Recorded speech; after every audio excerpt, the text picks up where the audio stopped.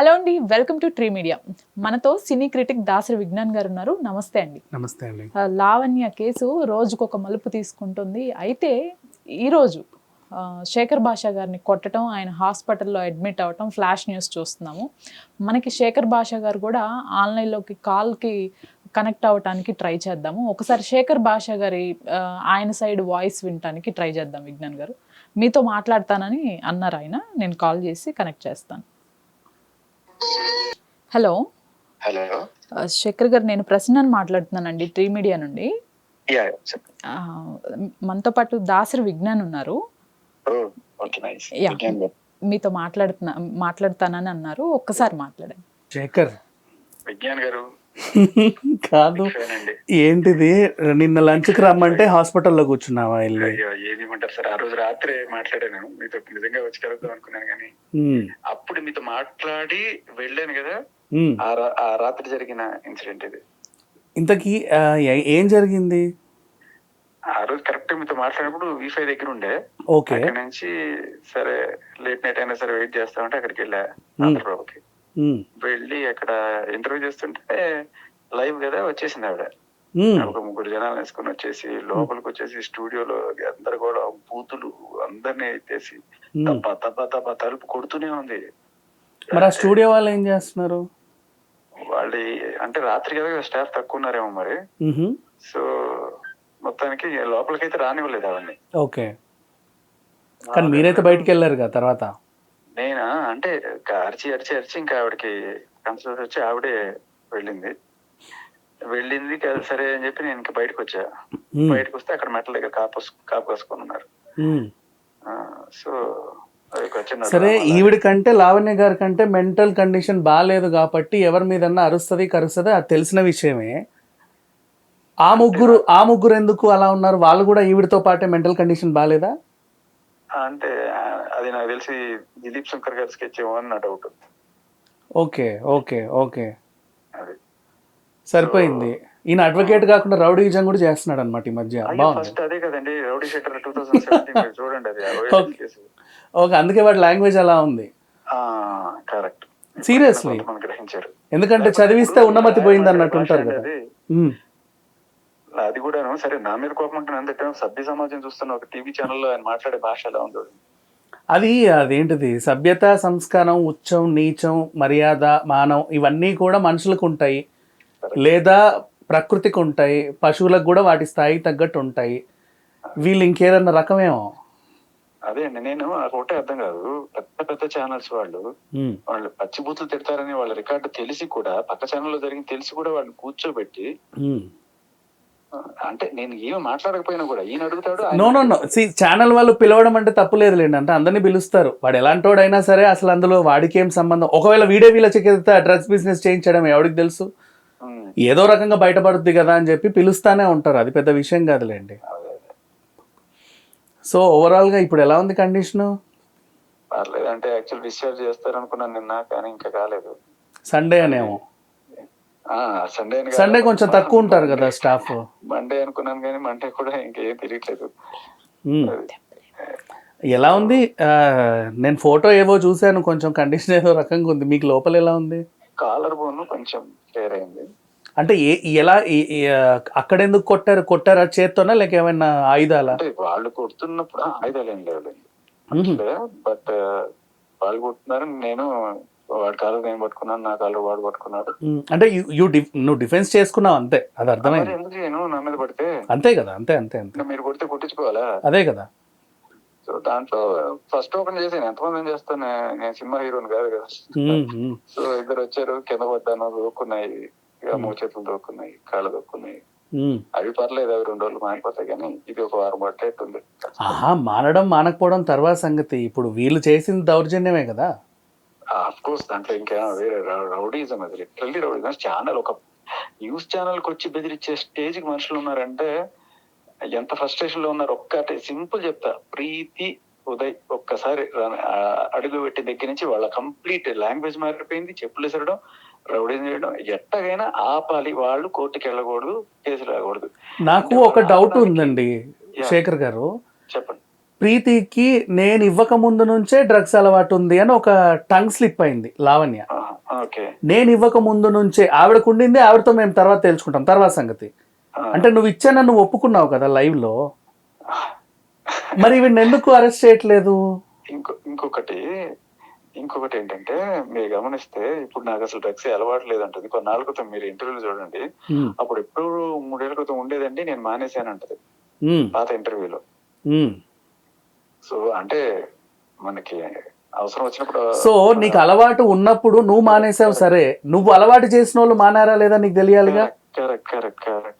నువ్వు సమాజానికి కొంతమందికి అలవాటు చేసి నువ్వు యాజ్ ఏ పెడ్లర్ గా 10 మందికి ఇచ్చి సర్వనాశనం చేసావు. నువ్వు మారావు, సరే నేను ఒప్పుకుంటా, నువ్వు మారావు. నువ్వు ఇచ్చిన వాళ్ళ చేత కూడా మాన్పించే బాధ్యత నీకు ఉంటదిగా. నువ్వు అలా ఎవరికి పడితే వాళ్ళకి డ్రగ్స్ అలవాటు చేసి సమాజం మీద వదలలేవుగా. కరెక్ట్. అది ఇంకా దారుణం కదా. ఐ మీన్ ఎవడన్నా అలవాటు ఉన్నవాడు నీ దగ్గర కొనుక్కోవడం వేరు, నువ్వు వాళ్ళకి అలవాటు చేసి వాళ్ళని వాడుకోవడం వేరు. ఎగ్జాక్ట్లీ. సరే డ్రగ్స్ ఇచ్చావు, బానే ఉంది, అదేదో నీ బిజినెస్ అనుకుందాము. వాళ్ళ చేత అశ్లీల వీడియోలు తీసి బ్లాక్మెయిల్ చేయడం, దీన్ని ఎలా చూడాలి? పాయింట్ అది కాదు, అశ్లీల వీడియోలు తీయడం కాదు పాయింట్. తను తన ఫియాన్సీ వాళ్ళిద్దరు కలిసి వాళ్ళ ఏదో పర్సనల్ ఫోన్ లో ఉన్నవి వాళ్ళ ఫోన్ గుంజుకొని వాళ్ళవి తన దగ్గర పెట్టుకొని వాళ్ళని ఆడుతుంది అనమాట. గట్టిగా అడిగితే నాకు 50,000 ఇవ్వాలండి అని చెప్తుంది. అంటే చిన్న పిల్లడు కూడా అర్థమైపోతుంది, అది తెలుస్తుంది. 50,000 ఇవ్వాలని అనుకున్నాం, బండి తీసుకో, ఫోన్ అట్టే పెట్టుకున్నావు, మరి డేటాకి తీసుకునే అధికారం నీకు ఎక్కడ ఉంటుంది? లేదు, తీసుకో. డేటాకి ఎంత బేసిక్ గా మనం తాకట్టు పెట్టినా అలాగే చేస్తాం కదా, డేటాతో ఇవ్వంగా. డేటా కూడా అమ్ముతారా ఎవడన్నా? Data is a private property. అవును. ఇప్పుడు ఇంతకీ కేసు ఏమన్నా ఫైల్ చేశారా మీ తరఫున? చేశాం కదా, వెళ్ళాము. అందుకనే కదండి దాడి జరిగింది. ఇప్పుడు ఆ రోజు జరిగిన తర్వాత కేసు ఫైల్ అయ్యిందో మీరు గమనిస్తే అదే రోజున ఆ అమ్మాయికి సంబంధించిన ఫోటోలు మేము కేసు ఫైల్ చేస్తుండగానే ఇంకా చేస్తుండగానే అప్పుడే వచ్చేసినాయి మీడియా వాళ్ళందరూ కూడా బయట వెయిట్ చేస్తున్నారు. అయ్యో వచ్చేసినాయని చెప్పి కొంతమంది వచ్చి చూస్తున్నారు. అంటే ఆ అమ్మాయి ధైర్యాన్ని దెబ్బతీయడం అనమాట బేసికల్లీ. ఆ రోజు కూడా సరే అది వదిలేస్తే, ఇప్పుడు మీరు ఒకటి నాకు క్లారిటీ, కేసు ఫైల్ చేసిన తర్వాత దాడి జరిగింది, ఇప్పుడు మళ్ళీ పెట్టాలిగా. అవును. ఈ రెండోది ఇంకా మనం ఫైల్ చేయాల, వెళ్ళాలి నార్సింగ్ పేజ్కి. ఇప్పుడు నేను కొంచెం అసలు యాక్చువల్ గా దాడి జరిగిన లొకేషన్ ఎక్కడ? ఆంధ్రప్రభ ఆఫీస్. ఆంధ్రప్రభ. అప్పుడు మనం జూబ్లీ హిల్స్ పోలీస్ స్టేషన్ లో పెట్టాలి. అది పెట్టాను. అది నేను పెట్టడం అంటే లైక్ దాడి జరిగిన తర్వాత ఇక్కడ హాస్పిటల్ తీసుకొచ్చారు నన్ను. తీసుకొచ్చిన తర్వాత పిఎస్ వాళ్ళే వచ్చారు, వచ్చి కంప్లైంట్ అది రాసుకున్నారు. నేను జరిగింది చెప్పాను, ఎమ్మెల్సీ చేసుకున్నారు. కానీ మన మగదరిద్రులకి మన కంప్లైంట్ పెడితే అది ఎఫ్ఐఆర్ అవడానికి యుగాలు పడుతుందో తెలియదు. అదే లేదు, అవుతుంది, అట్లా ఏం ఉండదు. ఏం లేదు, మీకు తెలియదు. ఇప్పుడు ఆవిడ వెళ్ళి పెట్టింది కదా, ఆవిడ నన్ను కొట్టి నన్ను తిట్టి నా ప్రైవేట్ పార్ట్స్ మీద తన్నాడు అని పెట్టిందండి. నువ్వు ముగ్గురుతో వచ్చిన తర్వాత కూడా ఒక బక్క చిక్కిన మనిషి ముగ్గురిని దాటుకొని నీ ప్రైవేట్ పార్ట్ మీద ఎలా తన్నాడు? కాదు ఫస్ట్ ఆవిడ ఎదురొచ్చింది. ఎదురొస్తే ఏంటి చెప్పులు తీసుకొని ఇసురుతోంది మొహం మీద. సో నేను చెయ్యటం పెట్టని తోసాను. తర్వాత ఆవిడ కింద పడింది, నేను ముందుకు వెళ్ళిపోతుంటే వాళ్ళు వచ్చేసారు. ఆడపిల్లని చూస్తారా అని చెప్పి తగ్గ అంటే దానికోసం రెడీగా ఉన్నారు వాళ్ళు, రాసుకొని ఉన్నారు. ఈమె కూడా ఆ సిచ్యువేషన్ కోసమే గొడవ పడింది. అది మీకు అసలు స్కెచ్ అర్థం కావట్లా. నన్ను కొట్టడం తిట్టడం కూడా అసలు స్కెచ్ కాదు, మీకు అసలు స్కెచ్ చెప్తా. ఇప్పుడు అది కేసు పెట్టడం కూడా వాడు రెడీగా ఉన్నారు, వెళ్ళి కేసు పెట్టడానికి కోసమే వచ్చింది ఆవిడ. ఇప్పుడు వెళ్ళి కేసు పెట్టింది కదా, ఎఫ్ఐఆర్ అయింది కదా, ఎఫ్ఐఆర్ పట్టుకొచ్చింది. ఇది నన్ను అటెంప్ట్ మర్డర్ ఇలా అని చెప్పి బెదిరించడం అనమాట. బెదిరించి ఇప్పుడు ఏంటి ఇండైరెక్ట్ గా నాతో ఒక డీల్ పెట్టారు. ఏంటది చెప్తా అసలు విషయం. ఇది అసలు పాయింట్ ఏంటంటే, నువ్వు సరే ఎందుకండి ఇంకా మీకు కాంప్రమైజ్ అయిపోండి, ఆ కేసు తీసేస్తుంది ఆవిడ, మీరేమో ఇంకా నుంచి మీడియాలో ఆవిడ గురించి మాట్లాడకండి, ఏ సాక్ష్యాలు ఇంకా మీరు చూపించుకుంటా ఉంటే చాలు, ఇంకెందుకండి ఇంతటితో ఆపేయచ్చు కదండి. ఇంకా ఆపేద్దామండి, ఆవిడ పెట్టదు, ఆవిడ తీసేస్తుంది, మీరు కూడా ఇక నుంచి మీడియాకి రావాలి. ఓకే, ఇప్పటి నుంచి నేను రాను, ఈ దెబ్బలన్నీ వెంటనే నాకు ఈ 15 నిమిషాల్లో దెబ్బలన్నీ తీసేయి. ఆ 15 నిమిషాల దెబ్బలేంటి, ఇంకో 10 దెబ్బలు తగిలినా కూడా పాయింట్ ఏంటి ఇక్కడ? పాయింట్ ఏంటి? నేను బయటికి రాకూడదు ఇక అంటే, నేను మీడియాకి వచ్చి ప్రతిసారి ఇంకేం డీటెయిల్ బయట పెడతాడో ఇంకేం చేస్తాడో దడదడలాడిపోతుంది వాళ్ళకి. అసలు ఆ రోజు చెప్పు కూడా ఒక డ్రామా తెలుసా, ఇట్స్ ఎ డైవర్షన్ డ్రామా. నువ్వు డ్రగ్ గురించి మాట్లాడితే ఆ డ్రగ్ టాపిక్ ని చెప్పు దెబ్బకి డైవర్ట్ చేసింది. కరెక్ట్. డ్రగ్స్ అనే పదాన్ని చెప్పుతో కొట్టారు. అంతే అదే అంటున్నా. అదేదో నాకు పర్ఫెక్ట్ డైలాగ్ గుర్తు రావట్లేదు. మొత్తం చెప్పిన తర్వాత సార్ గూట్లే అంటే ఏంటి సార్ అని అడుగుతాడు. నేను చెప్పిందంతా మానేసి గూట్లే అనే పదానికి అర్థం అడిగేవాడిని గూట్లే అంటారు అంటాడు. మీకేమైనా గుర్తుందా? అవునవునవును. అలా విషయం మానేసి చెప్పు దెబ్బలు తిన్నారు, చేత్తో కొట్టాడు. ఇదే అది కాదు అసలు పాయింట్, చాలా ఇంపార్టెంట్ పాయింట్. ఇప్పుడు కూడా శేఖర్ భాషపై దాడియే హైలైట్ అవుతుంది, కానీ ఆవిడ ఒప్పుకున్నటువంటి డ్రగ్స్ విషయం అయితే బయటికి రావట్లేదు. అది కదా, డ్రగ్స్ గురించే మాట్లాడాలి, Preethi and drugs, that's all. Correct. ఇప్పుడు అది చాలా తెలివిగా కేసు పెట్టి నేను మాట్లాడకుండా సెటిల్ చేశాను. నేను చెప్పా అటెంప్ట్ మర్డర్ కాదు, ఇంక ఎన్ని 100 కేసులు పెట్టు, నేను వస్తా, నేను బయట పెడతా, ఈవిడే కాదు ఇంకా ఎంత మంది ఉన్నారు. ఇప్పుడు నేను తగ్గాను అనుకో విజ్ఞాన్, వాళ్ళ ధైర్యమే కదా, నేనున్నాను వచ్చారు ప్రీతి అండ్ ఉదయ్. ఇప్పుడు నేను తగ్గితే వాళ్ళు వెళ్ళిపోతే ఇంకా అలాంటి వాళ్ళు ఇంకెవరు ముందుకు వస్తారు? ఇప్పుడు ఇంకా ప్రీతి ఒకతే కాదు కదా, ఇంకా చాలా మందికి ఇచ్చింది. అదే కదా, వీళ్ళందరూ బయటికి రావాలంటే నేను ధైర్యంగా నిలబడాలి, వాళ్ళు ఉండాలి. అంటే డ్రగ్స్ వ్యవహారం కాబట్టి కొంచెం హైడ్ అవుతున్నారు అంతే, కానీ ఈవిడ చేసినటువంటి ఇదైతే తనే ఒప్పుకుంది లైవ్ లో. యాక్చువల్ గా చెప్పంటే ఎవిడెన్స్ ఉంది, మెటీరియల్ ఎవిడెన్స్ ఉంది. నేను ఇవ్వక ముందు నుంచే డ్రగ్ అలవాటు ఉంది అంటే నేను ఇచ్చాను అని లావణ్య ఒప్పుకుంది. ఒప్పుకుంది. ఆ ఎవిడెన్స్ ఆ ఛానల్లో ఈ రోజు వరకు కూడా ఫుటేజ్ అలాగే ఉంది. తర్వాత యాంకర్ కూడా అడిగింది, అంటే నువ్వు ఇచ్చావు కదా అంటే, అది తర్వాత సంగతి కూడా డైవర్ట్ చేసింది. మీ అనాలిసిస్ లో నాకు నచ్చేది అదే, మీరు పర్ఫెక్ట్ పట్టుకుంటారు పాయింట్. ఇలాగే ఉండాలి జర్నలిజం అంటే. చెప్తున్నా కదా, అందరూ కూడా ఆవిడ ఏముంటది, మస్తాన్ సైతం మీకు విషయం అది మేమేం తెలుసుకుంటా ఉండే అంటే ఇంకా నెక్స్ట్ ఇంకొక క్వశ్చన్ ఉంటుంది తెలుసా? అవును. ఏం అడగాలి అంటే యాంకరింగ్ చేసేటప్పుడు డెప్త్ గా వెళ్ళాలి, లాజిక్ ఉందా లేదా ఆవిడ చెప్పే ఆన్సర్ లో ఆలోచించాలి. చక్కగా డైవర్షన్ చేస్తుంటే వీళ్ళు డైవర్ట్ అయిపోతుంటారు. డైరెక్ట్ గా లైవ్ లో టప్ అని చెప్పు దెబ్బ కొట్టింది కూడా అది డైవర్షన్ ఆఫ్ డ్రగ్స్. అంతే. అక్కడ శేఖర్ భాష చెప్పేది మళ్ళీ వినాలి కదా, ఏం చెప్తున్నాడు అనేది. చిన్నపిల్లలకి డ్రగ్స్ అంటే ఆమెమి అప్పుడే పుట్టిన పిల్లలకి పోలియో బదులు డ్రగ్స్ చుక్కలేసిందని నువ్వు చెప్పలా. చిన్నపిల్లలు అంటే మన కంటే వయసులో తక్కువ ఉన్న వాళ్ళు చిన్నపిల్లలే. లేదు పాప, నిజంగా చిన్నపిల్ల, 21 ఏళ్ల పిల్ల. అదే అంటున్నా, 20 పిల్ల. ఆవిడ ఎలా డైవర్ట్ చేసిందంటే చిన్న పిల్లల ఎల్కేజీ యూకేజీ పిల్లలు అన్నట్టు డైవర్ట్ చేసింది. అది చేసింది యాక్చువల్ గా. ఇంకా బయట ఒక ఆరోపణ ఉందండి, ఈవెన్ పెంపుడు కుక్కలకు కూడా డ్రగ్స్ ఇచ్చి అవి ఎలా ప్రవర్తిస్తాయో చూద్దామని కూడా ఆవిడ చేసినట్టుగా ఒక ఆరోపణ ఉంది. దాని గురించి కూడా తెలుసుకోవాలి. యానిమల్ అసోసియేషన్ కానీ యానిమల్ డాక్టర్స్ కానీ మన బంజారీస్ లో కూడా ఉన్నారు మంచి మంచి డాక్టర్స్. ఒక్కసారి వాటిని ఏమన్నా టెస్టులు చేయించి, ఈవిడ అంటే ఒక ఆరోపణ అయితే ఉంది, అంటే కొంచెం సైకిక్ బిహేవియర్ ద్వారా మనం తింటే ఇలా ఉంటుంది, ఇవి తింటే ఎలా ఉంటాయని ఆవిడ చేసినట్టు కూడా బయట వస్తున్నాయి. దాని గురించి కూడా తేల్చాల్సిన అవసరం ఉంది. ఎవరన్నా సీరియస్ కంప్లైంట్ పెడితే అదే అవి వాటిని ఎలా టెస్ట్ చేయాలంటే నాకైతే అంత నాలెడ్జ్ లేదు. సామాజిక మాధ్యమాల్లో వచ్చే వార్తలు వినడమే తప్పితే మనకు ఆ నాలెడ్జ్ లేదు. సో పెంపుడు కుక్కలకు కూడా డ్రగ్స్ ఇచ్చి దాని పైశాచికత్వాన్ని ఆనందించింది అంటే ఇట్లాంటి వాళ్ళు సమాజానికి ఎంత శ్రేయస్కరమో ఆ శ్రేయస్కరమైనటువంటి లాయర్లు ఆలోచించాలి. ఆయన ఎప్పుడు కూడా ఇలా డ్రగ్స్ బాధితులనే కాపాడుతా వస్తాడు. ఎవరైనా విడపోతా ఉంటే వెళ్ళి విడగొట్టి వస్తూ ఉంటాడు. ఆయన జీవితంలో ఎప్పుడు ఎవరిని కలిపింది లేదు, ఒక మంచి వాళ్ళకి ఏదో చేసింది లేదు.